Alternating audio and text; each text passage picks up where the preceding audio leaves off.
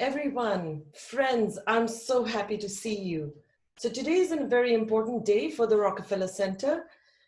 The first person I want to acknowledge who is here is Amber Sambit, who spent 15 years as the director of the Rockefeller Center. So thank you, Andrew, for everything you have done for us. And the next person I want to acknowledge is Jason Barabbas. One of these days, I'm going to know how to pronounce his name correctly. But he is class of 93 and he's starting as our director on July 1st. So congratulations, Jason. We wish you success. We wish you all the best. And everyone, please take a moment to welcome Jason in the chat. When I begin this talk, I don't know what to say about Charlie Wheelan. Charlie is such a wonderful colleague, such a wonderful faculty member, and he has been the senior lecturer and policy fellow for the Rockefeller Center for the past few years. Charlie is one person that you can go to and he will always say, yes, I can. And when he says, no, I can't do it, he truly, I know he has tried. So he was formerly a senior lecturer in public policy in the Harris School at the University of Chicago. He's done many amazing things. He served as a correspondent for The Economist. He's written freelance articles for the Chicago Tribune, the New York Times, and the Wall Street Journal. In addition to his work at Dartmouth, he's also been a speechwriter, a congressional candidate, and other policy-related positions in his academic work. He's also the founder of the Centrist Party. He's authored 4 books, and his latest, not really his latest publication, his recent publication is The Rationing, which is going to be the focus of his talk today. So Charlie, thank you for everything you do. Take it away. All right, thank you, Sadhana. Thank you, everybody, for tuning in. I'm sorry that we can't be live in Rocky 3. On the other hand, one nice thing about this is it expands the reach of these talks, so I recognize names from all over the place. It's kind of nice that my classmates and others have been able to join in. I'm going to start by just reading you a short passage, and you can decide if this reminds you of anything. So this is about halfway through the book. The book is written in the first person. I'll talk about that in a minute. I arrived at the CNN studio just after sunrise. The morning sun was reflecting sharply off the shiny exterior of the building as the black sedan dropped me at the entrance. News of the outbreak was palpable. The street was mostly deserted. Many of the stores and shops had handwritten signs on the door saying they would not be opening due to circumstances or until further notice. Later, when we made some headway convincing the public that Capilla Viridae does not spread, stores and shops began to open as an act of solidarity and strength. Starbucks was the first company to issue a statement saying that all of its stores would be open at this time, which is one for Americans to come together, not rush away from one another in fear. It was an important step in our effort to stem the panic. Still, some 40% of Starbucks employees called in sick in those first few days. So our protagonist then goes into CNN and gets in the elevator, meets a production assistant. She used a badge to swipe me through the security and pushed me gently toward a bank of elevators. An elevator door opened and we stepped inside. 2 other people joined us, both wearing face masks. They spread out to the corners of the elevator, keeping us all as far apart as possible. So yes, this is a book about a pandemic that came out in 2019. It wasn't actually designed to be a book about a pandemic. I'll talk a little bit about more of the origin. This was designed to be a public policy thriller. Now, this is probably one of the few audiences I can actually use that phrase, because when I mentioned the phrase public policy thriller to my publisher, they said to never use that phrase again. But for those in the, on this Zoom, you kind of get it. What I wanted to do with the book is explore some of the fundamental tensions of public policy, namely the notion of trade-offs, hard decisions, and the like. I actually decided that fiction would be a very good tool for doing that. And in particular, the title, The Rationing, is about a situation in which we need something desperately and we don't have enough of it. Now, what I did is kind of manufacture the pandemic And it is a virus that's racing out of control, that is not fully understood, that sets off international tension, in particular between the United States and China, all things that are quite familiar. But the pandemic was kind of what Hitchcock would call a MacGuffin, which is something that would allow me to talk about other things. So if you see a movie about an asteroid hurtling towards Earth, it's not really a movie about asteroids. It's a movie about how people on Earth responding to an asteroid that happens to be putting the planet in peril. So it's just, in some ways, it's kind of luck or serendipity that I introduced the pandemic theme.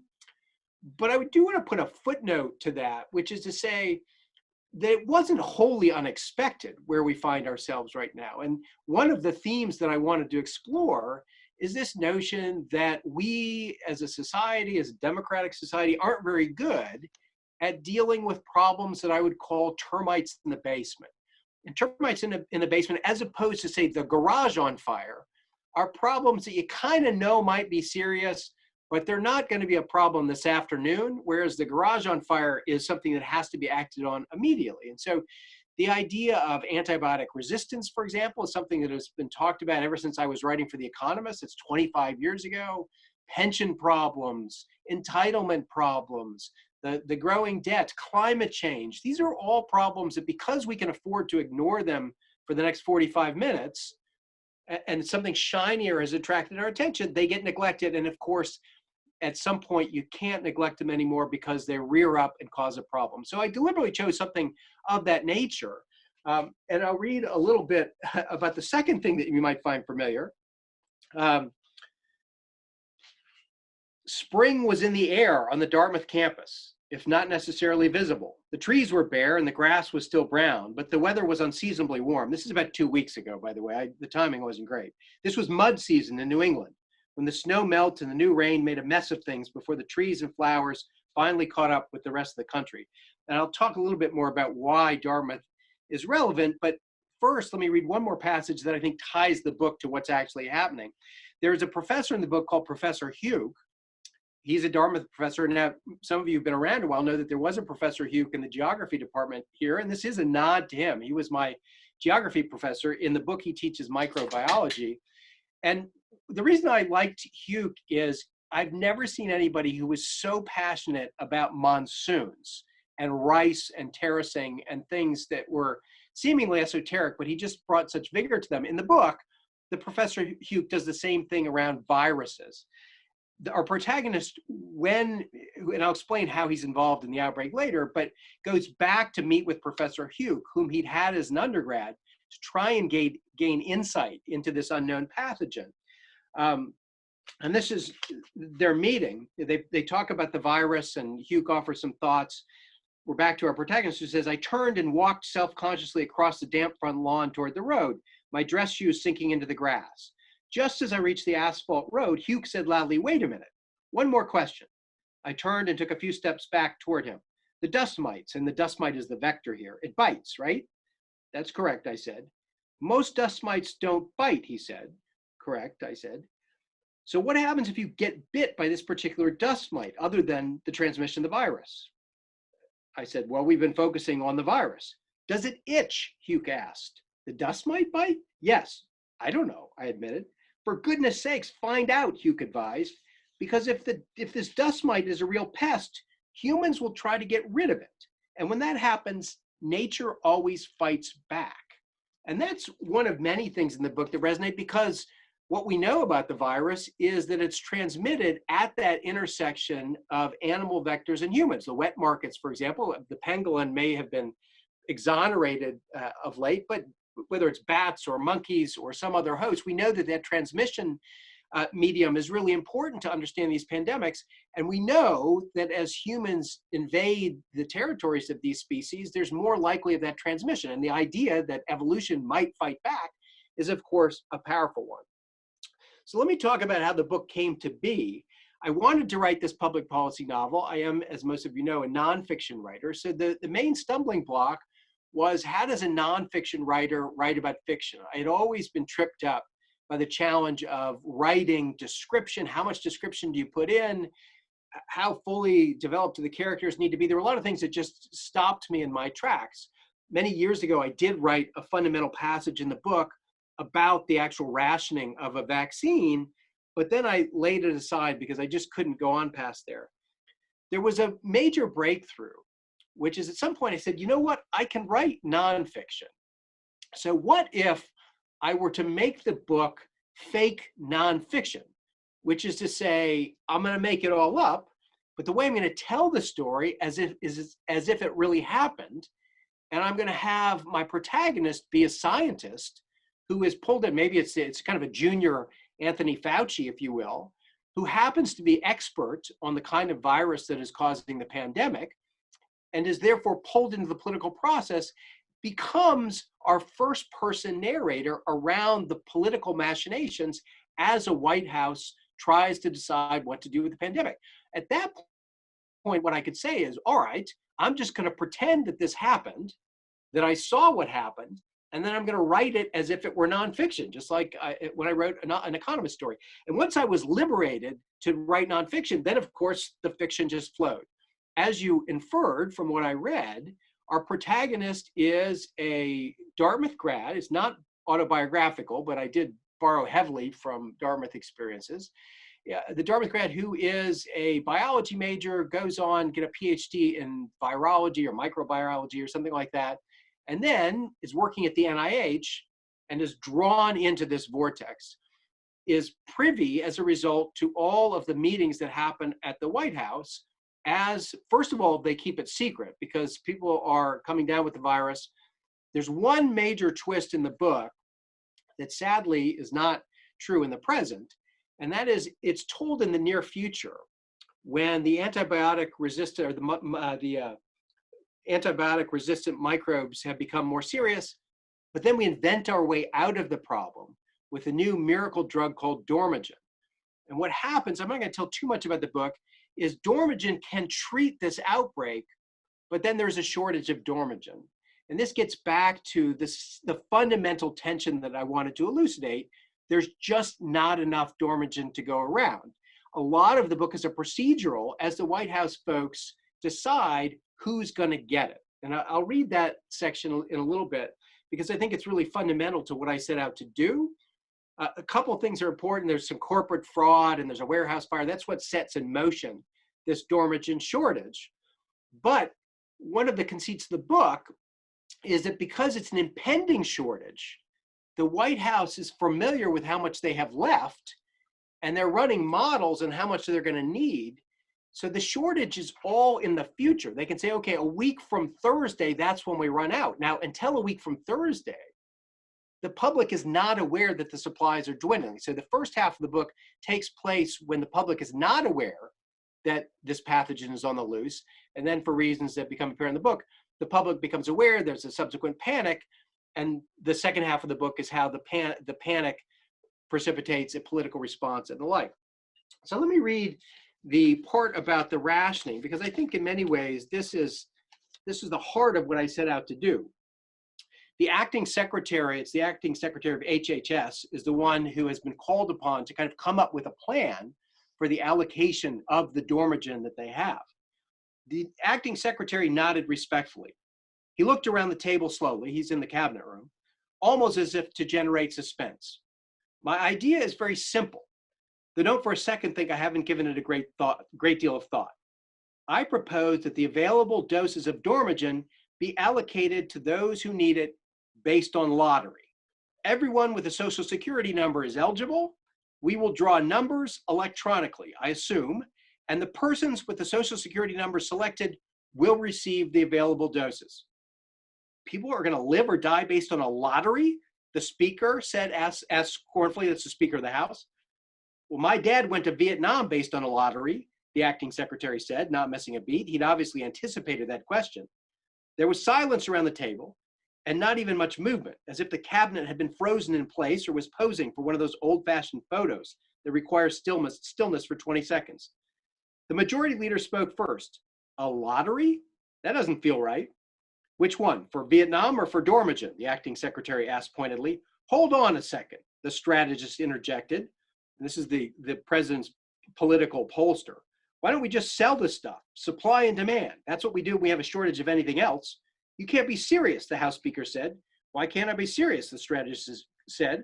And it goes on for a while. And ultimately, the Secretary of Defense pleads, well, people who are in prison have Social Security numbers. Are they going to be eligible for dormant? People who are 95 and have Alzheimer's are eligible. And so they kind of try and take those groups off the table, but then they find reasons to put them back on the table. And they have this very difficult discussion about the fact that there just isn't enough dormant to go around. And in many ways, the novel is built around that fundamental premise. Now, what I'll do kind of in the time I have left, and then we can turn it over for questions, is kind of go through the stuff that I consider most important. As I said at the outset, the idea that I wrote about a pandemic is just mostly coincidence. But I think what makes me excited about the book is the details in it, in terms of how I projected people, institutions, and politics would respond that do approximate what we've seen. So I'm going to kind of talk about what I got right and the few things that I got wrong, and then we'll turn it over for questions. But what I got right is there's going to be rationing. We probably dodged a bullet in terms of ventilators, but for that brief period of time when there were places that didn't think they were going to have enough ventilators, we had some very hard discussions. Italy may have actually had to implement some plan, but around who gets what we've got. And if you're old enough to not get a ventilator because somebody who's younger is going to get it, we do that, by the way, all the time. If you broach the subject in class, people are aghast that we might actually say no to somebody and there'll be deaths as a result. But of course, we ration donor organs and all kinds of other things like that. And I really wanted to force this explicit nature of those kinds of trade-offs. There is several prominent fake news strands in the book. So after the outbreak becomes public, there's a prominent fake news artist. He calls himself an artist in part so that he can get First Amendment protection, who spins a story that the virus has been deliberately planted by an Hispanic separatist group that is seeking to have its own breakaway republic within the United States, Spanish-speaking republic. This, of course, takes root among the right wing, and the White House and others find themselves constantly trying to face down this rumor. About a half an hour before I began this talk, I got a little news alert that apparently there is a new documentary called Plandemic that is alleging that the virus has been deliberately spread by some group of people for whom this is part of some grand nefarious plan. So that's certainly not far off the mark.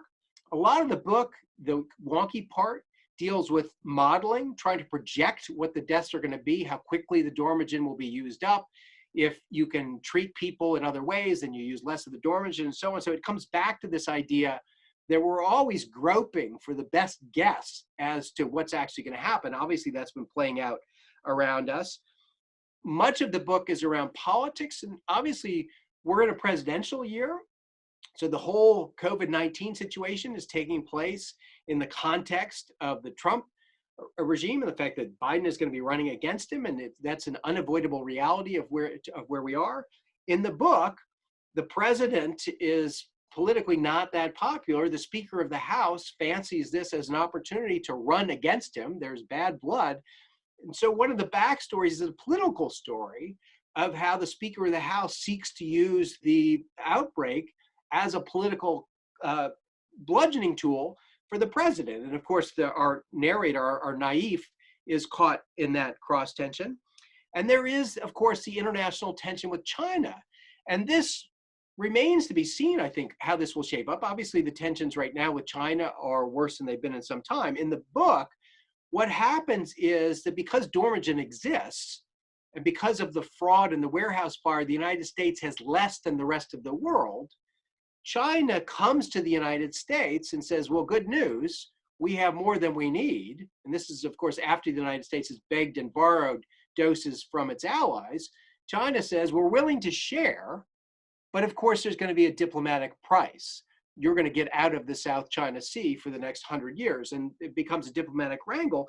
One should ask, I think, at this point, if a vaccine were developed, by whom is it developed and how widely will it be shared?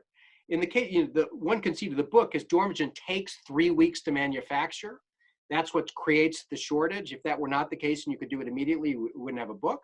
But I think it is worth asking, if there's a shortage and some countries have more than others, how does that play out diplomatically and what might be the repercussions? There is a federalism angle in the book, and in particular, the states not doing what the federal government wants. The federal government developed, I'm not going to tell you who saves the day, but somebody saves the day, and the federal government develops a strategy for getting the Dormigen out to places that need it.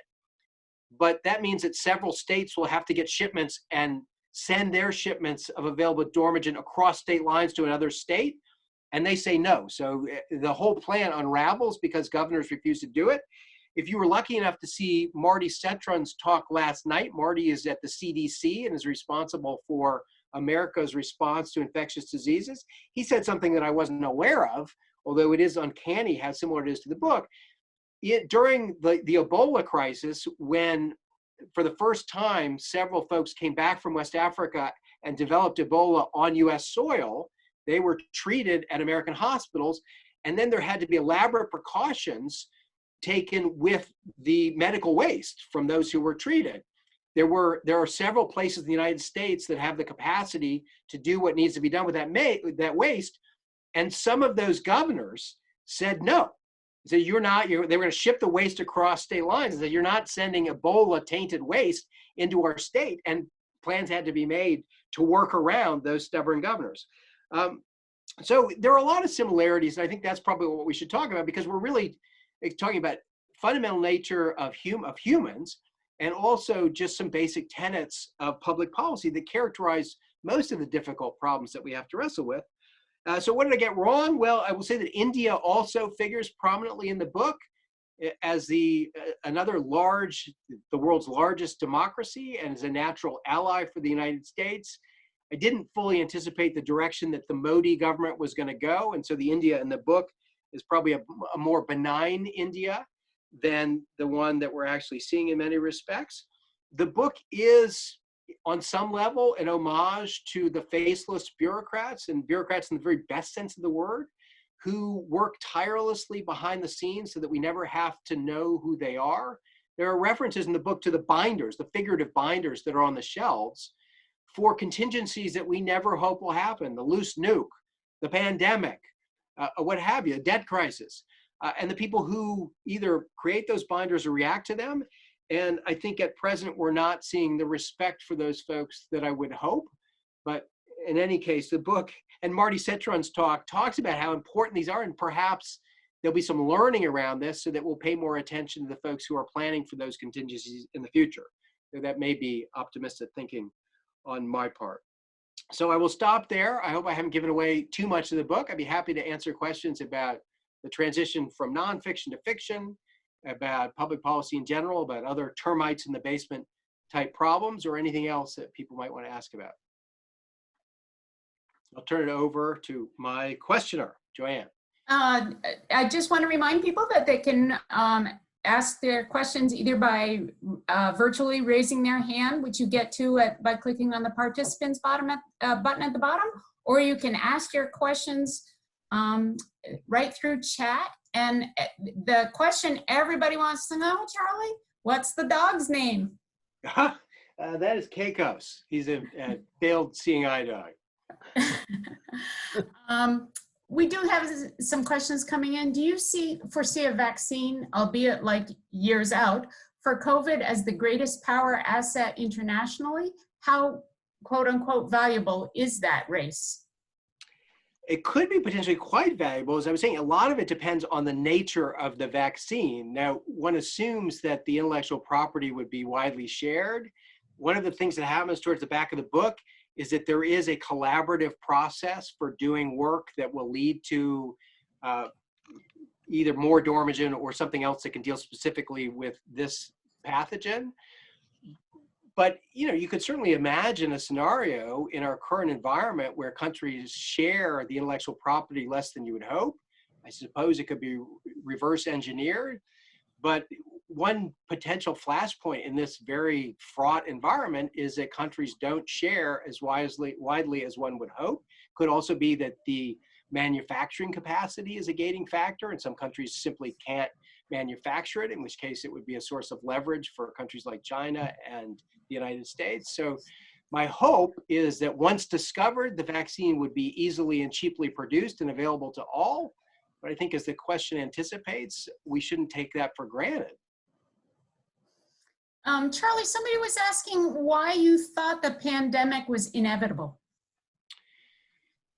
Actually, maybe I'll read another section, because folks have been warning for so long about the antibiotic resistance problem. And I'll draw attention to the work of Geeta Anand, who's a class of '89, who has been doing work on antibiotic resistant tuberculosis in India. And she would tell you this is a really, really serious potential problem, and it's something that could spread. I did a book panel last summer before everything around COVID-19 happened with a guy who wrote a book, a nonfiction book called Superbugs. And he's somebody who has treated, I forget the name of the pathogen, but something that is extremely virulent. They had a small number of cases in New York, and the book is in part about how they dealt with those outbreaks, including the safety aspects. And then it's a stark warning about how this is inevitable. Part of it is just the Darwin, it's Darwin at work, which is as you kill pathogens, most of you know, if you overuse antibiotics or just use them long enough, then the pathogens adapt, and the ones that are left not killed by the antibiotic are the strongest, or they just mutate, in which case you've got pathogens who are no longer killed by whatever the old line antibiotic is. Also, I teach economics. The economics of vaccines, vaccines, but also antibiotics, are not great because they're the opposite of the most profitable drugs. The most profitable drugs are for chronic illnesses. So you take a pill every day for 35 years, generating a steady stream of profits. Whereas an antibiotic, you take 7 days worth, you're done. And if the pathogen adapts, the drug may only be good for a couple of years. Well, if it costs $1 billion to develop a drug, then you're better off developing the anti-toenail fungus drug that will take every day as opposed to the antibiotic. So economists and public health people have been warning about this for a great deal of time. And I'll read you a little passage of the book. By the 2020s, remember this is set in the future, many traditional antibiotics were becoming less and less effective. The golden half century of medicine, during which a cheap course of antibiotics would wipe out anything from venereal disease to tuberculosis, was over. We had collectively neglected what Charles Darwin taught us. Pathogens adapt or die. Those that were not dying in the face of penicillin and its relatives were getting stronger and more dangerous. Pediatricians blithely passed out prescriptions for antibiotics to parents with screaming children, regardless of whether those drugs were necessary or even effective against little Ellie's ear infection. The grocery shelves were full of every imaginable antibacterial product. Never mind that soap and water worked better than most of them. The peak of this dangerous silliness was when Hanes and Jockey both released antibacterial underwear, almost immediately capturing 40% of the market, germ-free fresh. So yeah, I mean, for as long as I've been aware of this stuff, we've been warned that something like this was going to happen sooner or later. Professor Wheelan, we have a question from Iris Wang, and I will unmute her and ask to start our video. Hi, Professor Wheelan. It's good. Hello, Iris. I was wondering about, I know your book deals explicitly with the rationing of this vaccine, but what are you thinking about today with the current climate in terms of the trade-offs between the economy and social distancing to reduce transmission, especially as states are starting to open up with a lot of pressure regarding people's livelihoods being sacrificed with the economy closed? So I'm not sure I can improve on the question itself. I'm just so happy that you used the word trade-off, which is, this is just another one of those examples that I tried to illuminate in the book. Marty Cetron last night, in talking about the response to Ebola, said that one of the frustrations of his work is that people seem unable to hold two true things in their mind at once. They feel like they have to choose one or the other. So either we should do something about climate change or it will wreck the economy, as opposed to thinking about it the way most public policy people think about it is, all right, well, if we do something about climate change, it will raise the price of carbon. And yes, that will impose an economic cost, particularly on low-income people. So I think I don't have any particular insight into that trade-off. other than I think people need to think about it exactly as you've posed it, which is if we keep people at home, it will flatten the curve, slow the rate of transmission, and so on. On the other hand, it is doing grave economic harm, often to people who are vulnerable in different ways, economically vulnerable. And that is the trade-off that we have to make. You see these articles saying, if we end home confinement, people will die. Well, as long as we allow automobiles, people will die, 40 to 50,000 people a year. As long as we don't forcibly take kidneys from people, people will die on waiting lists. So we always let people die. It's just not usually quite so explicit. So I think what makes this so difficult is two things. One is it's just the trade-off we're not good at. And the second is the trade-off takes place at a time where there's such a degree of partisanship that people naturally take one side or the other. And that just deepens our inability to deal with that already difficult trade-off. Professor Wheelan, Vinay is asking how you think the COVID-19 crisis will play out in large, densely populated developing countries like India, Brazil, Nigeria. How did it play out in your book? So in my book, one of the things I had to do, it didn't play out very well because I had to make it a US-centric disease, right? So I had to come up with a pandemic that only affected the United States, which is unrealistic, except that we're the only ones who ran out of Dormagen because of our fraud in the warehouse fire. So all the other countries, India included, had enough Dormagen. So it didn't play out in my book. I suspect it's going to ravage many of these places. The numbers so far in Africa seem abnormally low, but I find it very hard to believe that cities like Nairobi and the like, Lagos, aren't going to be decimated given the dearth of basic healthcare facilities and the sheer population density and all the comorbidities around lack of decent primary health. We haven't seen those numbers, but I don't know how much of that is, it hasn't gotten there yet. I don't know how much of it is poor reporting. The one place that we have seen it is Brazil, and that seems to be quite bad at the moment. So I think that could be a very, very dangerous next wave of COVID-19. Well, that's interesting that you mentioned the waves because the next question references the waves. What do you make of the bizarre split between Wall Street and Main Street? Although earnings are forward-looking, what is the disconnect given multiple waves? All right, I hope Andrew Samwick didn't answer this question because he knows far more than I do. This is another question that I think has the answer embedded in the question. Wall Street seems to think that the worst is over. I hope that's true. I mean, this is one of those cases where I hope the markets have it right. What they're doing is pricing in a recovery. Yesterday, I think the markets jumped on news that there might be a vaccine. It's not clear that investors have any knowledge that we don't, although based on Richard Burr's behavior after he came out of the Senate intelligence briefing, maybe they do. But I think what's happening is the market is a leading indicator. Stocks reflect all future profits forever. So at some point, Wall Street is saying this is going to be over. Maybe it's next year, maybe it's the year after, and they're presumably bullish on the recovery. Meanwhile, it hasn't happened yet, and Main Street is being punished mercilessly. So there's not an inherent contradiction between the two, but one does hope that Wall Street's optimism is correct in this case. Professor Wheelan, that was not Andrew's question, but there is a question from one of your colleagues who says she'd love to see a movie based on the book with top actors playing mid-range bureaucrats. And that she'd like to see that movie supplant Contagion in popularity. And she wants to know, has there been any optioning action yet? Yeah, so actually the company that did Contagion sniffed it, was interested in the film rights before COVID-19. Interestingly, and the reason they were interested is they have a group within the production company that works on films that have some public-spirited nature, so things that they think have important messages. And what attracted them to the book was the antibiotic resistance piece. Can this be a warning about paying attention to that risk?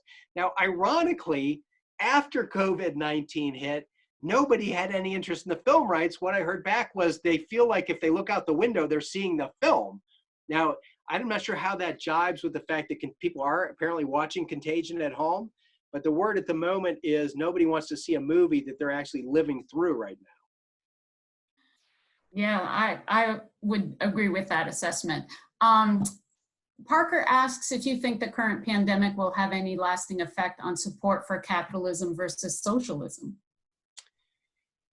This is one where I hope the answer is yes. I'm not sure it's going to be capitalism versus socialism. I think it's going to be a continued revisiting of the capitalist system that we have. And some of the people on this call were in Government 68, which is the class I teach with Russ and Doug on the future of capitalism. And as you well know, both on the political side with the rise of populism around the world, and on the economic side, with the rise of inequality, people are asking a lot of questions about the system that we have. So that was already a ripe subject. Obviously, it was an important subject during the Democratic primaries. What COVID-19 does, and it's no secret to any of you, is it takes the seams that are already apparent and just stresses them to what might be the bursting point. So there is an irony here that is new, which is the essential workers. And we've never, to my knowledge, used the kind of the essential worker term in quite the way we have now, are the folks who are most at risk right now and are often the least well paid, whereas the folks who are living quite comfortably now, the Wall Street folks who are trading on the news that we're just talking about, are less exposed. And I think this is an even starker illustration of the fact that the work one is doing is not necessarily remunerated in a way that many people feel is fair. Now, we often have a short-term memory in this country. I don't know how long after this is over that sentiment is going to linger, but there's no doubt that people who are paid poorly right now are absolutely essential to what we're doing. And, some of the folks who are the best paid, Hollywood stars and sports, we're not playing baseball, we're not playing basketball, we're not playing professional golf. Those people are earning millions, and it's clear we can do without them, but we can't do without our ambulance drivers and our nurses and those folks. And whether that means that we'll have a reckoning afterwards, I don't know. It's clear to me that we are not going to have time to go through all the questions, but I'm hoping to get it for just a couple more. Huntley was asking, before you stop, please tell us what you think the other termites in the basement problems are.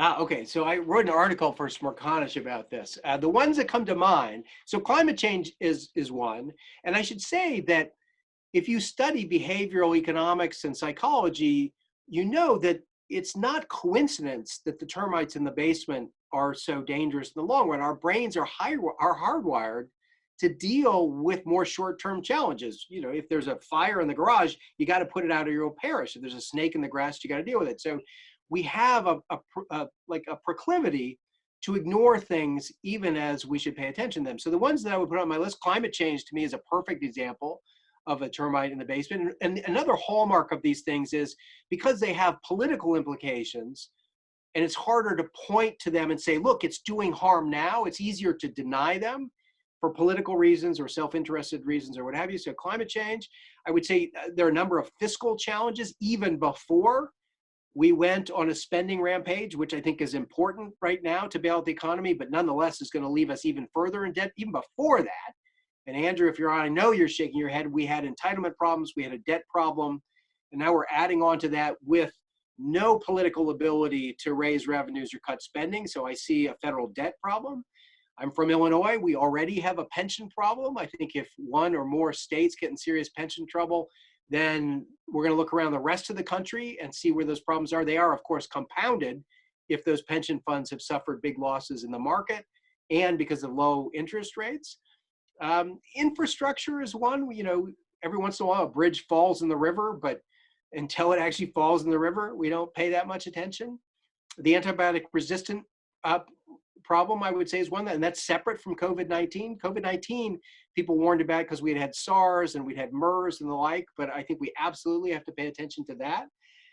So I would say those are probably the ones that should keep us up at night. Yeah, it's probably a loose nuke would be the other one, that there's no reason to believe that at some point a bad actor can't get a hold of some kind of nuclear device from North Korea or from Pakistan or what have you.